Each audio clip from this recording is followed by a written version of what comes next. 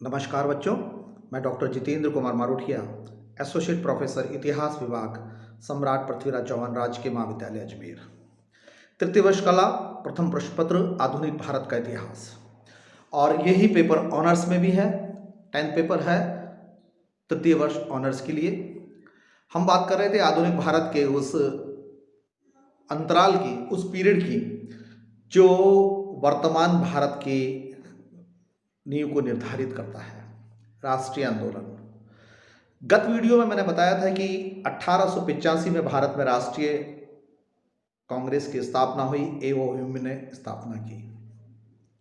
एओएम की स्थापना के साथ साथ एक ये भी बात सामने आती है कि जब भारत में राष्ट्रीय कांग्रेस की स्थापना हुई तो कहीं ऐसा तो नहीं था कि ब्रिटिश शासन को एक ऐसे संगठन की आवश्यकता थी। निश्चित है कि जब राष्ट्रीय स्तर पर तत्कालीन समय में जब बिस्मार्क की विदेश नीति अपनी चरम सीमा पर है, जब विलियम काइजर आने वाले हैं, जर्मनी विश्व का शक्तिशाली राष्ट्र बन रहा है, ग्रेट ब्रिटेन की पताका फैल रही है, ऐसे समय में भारत में संपूर्ण भारत को लेकर एक संगठन की स्थापना होती है 1885। तो क्या हो, ऐसा आवश्यकता क्या पड़ी? ब्रिटिश दृष्टिकोण और भारतीय दृष्टिकोण, और उसके बाद में समीक्षा के रूप में इतिहासकारों के दृष्टिकोण। और इन सब बातों के साथ में एक बात निकलकर सामने आई कि सेफ्टी वॉल बनाया गया। ये एक संगठन नहीं है। एओएम ने लॉर्ड डफरिन को, जो समय गवर्नर जनरल थे, उनको कहा कि इस प्रकार का कोई भी संगठन बने तो एक सीमा के बाद, एक अंतराल के बाद आपको किसी भी प्रकार से कोई हस्तक्षेप नहीं करना है और आपको भारतीय राष्ट्र जो है स्थापना हो रही है, इसको होने देना है। यद्यपि ये स्थापना सेफ्टी वॉल के रूप में हुई, लेकिन तथापि ये बात हम कह सकते हैं कि भारत में राष्ट्रवाद का प्रचार करने के लिए या एक छत्र के नीचे विभिन्न प्रांतों की मांग को लेकर, विभिन्न बातों को लेकर, स्वराज्य शासन की मांग को लेकर सामने बात आई कि एक मिला है। शुरू में यदि कांग्रेस की स्थापना की बात करें तो यह था कि लोकतांत्रिक राष्ट्रवादी आंदोलन चलाना है, भारतीयों को राजनीतिक लक्ष्यों से परिचित कराना है तथा राजनीतिक शिक्षा देनी है, एक जागरूकता देनी है कि इस तरीके से होता है, क्योंकि यूरोप इस समय इटली और जर्मनी का एकीकरण हो चुका है। 1870 में, ज़्यादा समय भी नहीं हुआ है, बर्लिन कांग्रेस की स्थापना हुई है। आंदोलन के लिए एक मुख्यालय की स्थापना करनी, इसलिए गोकुलदास तेजपाल संस्कृत कॉलेज भवन में पहला सम्मेलन रखा गया। देश के विभिन्न भागों के राजनीतिक नेताओं, कार्यकर्ताओं के मध्य एक मैत्रीपूर्ण संबंध हो, एक तारतम्य हो, कड़ी से कड़ी जुड़े, इसकी स्थापना करना और फिर वे प्रोत्साहित रहे, इस प्रकार की भावना करना था। उपनिवेशवादी विरोधी जो विचारधारा थी, जो यूरोप का एक आर्थिक उपनिवेश और उसके कालांतर में उससे परिवर्तित राजनीतिक उपनिवेश चल रहा था, उसको, उसके विरुद्ध, उपनिवेशवाद के विरुद्ध की बातों को प्रोत्साहन देना था। एक सामान्य आर्थिक राजनीतिक कार्यक्रम देशवासियों के सम्मुख होना चाहिए ताकि वह एक तरीके से सक्रिय रहे, जेनरेट रहे, लोगों को जाति, धर्म, प्रांतीयता की भावना से ऊपर उठकर राष्ट्रवाद की बात या राष्ट्रव्यापी अनुभव कराना कि आप एक बहुत बड़े व्यापक उद्देश्य के लिए जुड़े हुए हैं एक दूसरे से। भारतीय राष्ट्रीय भावना को प्रोत्साहित भी करना, अवसर करना। इस प्रकार मैंने ये जो 5-7 बिंदु आपके सामने रखे, इन बातों के कारण राष्ट्रीय कांग्रेस की स्थापना हुई। अब जब राष्ट्रीय कांग्रेस की स्थापना हुई तो मैंने आपको पहले बताया था कि कुछ उदारवादी लोग सामने आए, और इन उदारवादी लोग में, उदारवादी का मतलब होता है स्वभाव से जो उस समय पढ़े लिखे थे और बहुत अधिक ज़्यादा उनका विश्वास शिष्टमंडल भेजना, आग्रह करना उनमें था। तो फिरोज शाह मेहता, दिनेश खत्री, WC बनर्जी और मदन मोहन मालवीय, तैयब जी, गोपाल कृष्ण गोखले, ये सब लोग उदारवादी हुए। और 20वीं शताब्दी के प्रथम दशक तक या प्रथम शुरुआत तक इन लोगों का वर्चस्व रहा, और तत्पश्चात फिर नरम दर्द और सूरत की फूट और वो सारा दृश्य सामने आता है। अब बात रही कि क्या सेफ्टी वॉल कहा जाता है।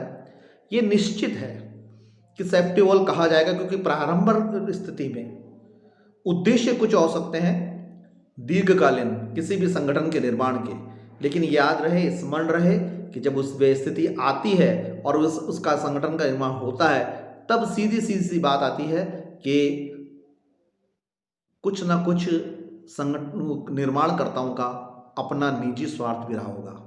भारतीय राष्ट्रीय कांग्रेस के साथ में भी यही था। अंग्रेज ये चाहते थे कि वे लोग जो जगह जगह पे स्थानीय एसोसिएशन बना रहे हैं, मद्रास एसोसिएशन, बम्बई एसोसिएशन, वे सब लोग आम जनता से अलग हो।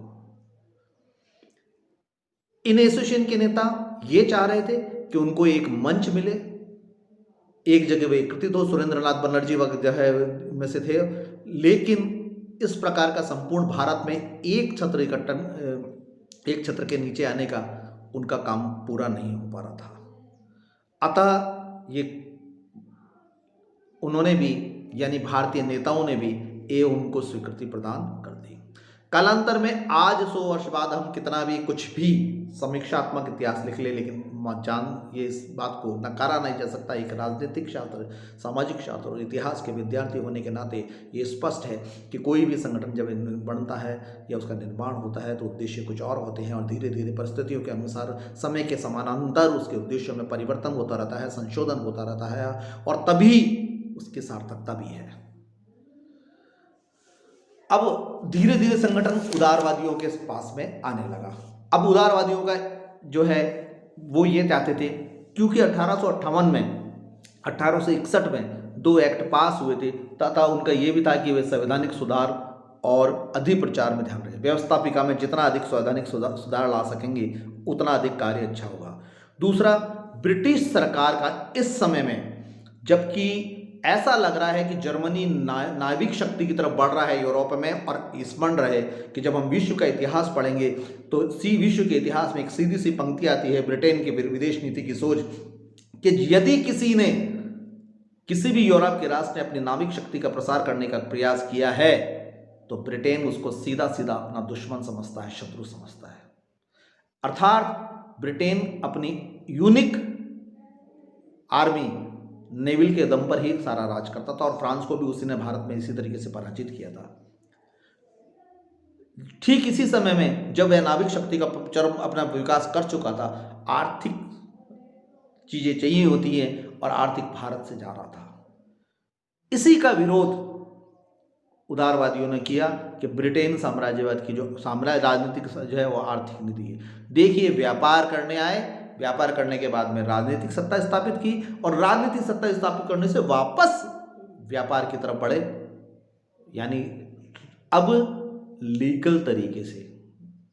पहले खाली व्यापार थे, प्रसाद पर्यंत थे, किसी की कृपा पे थे, फिर स्वयं ने अधिकार लिया, राजनीतिक शक्ति बनी, और अब वापस धन निष्कासन।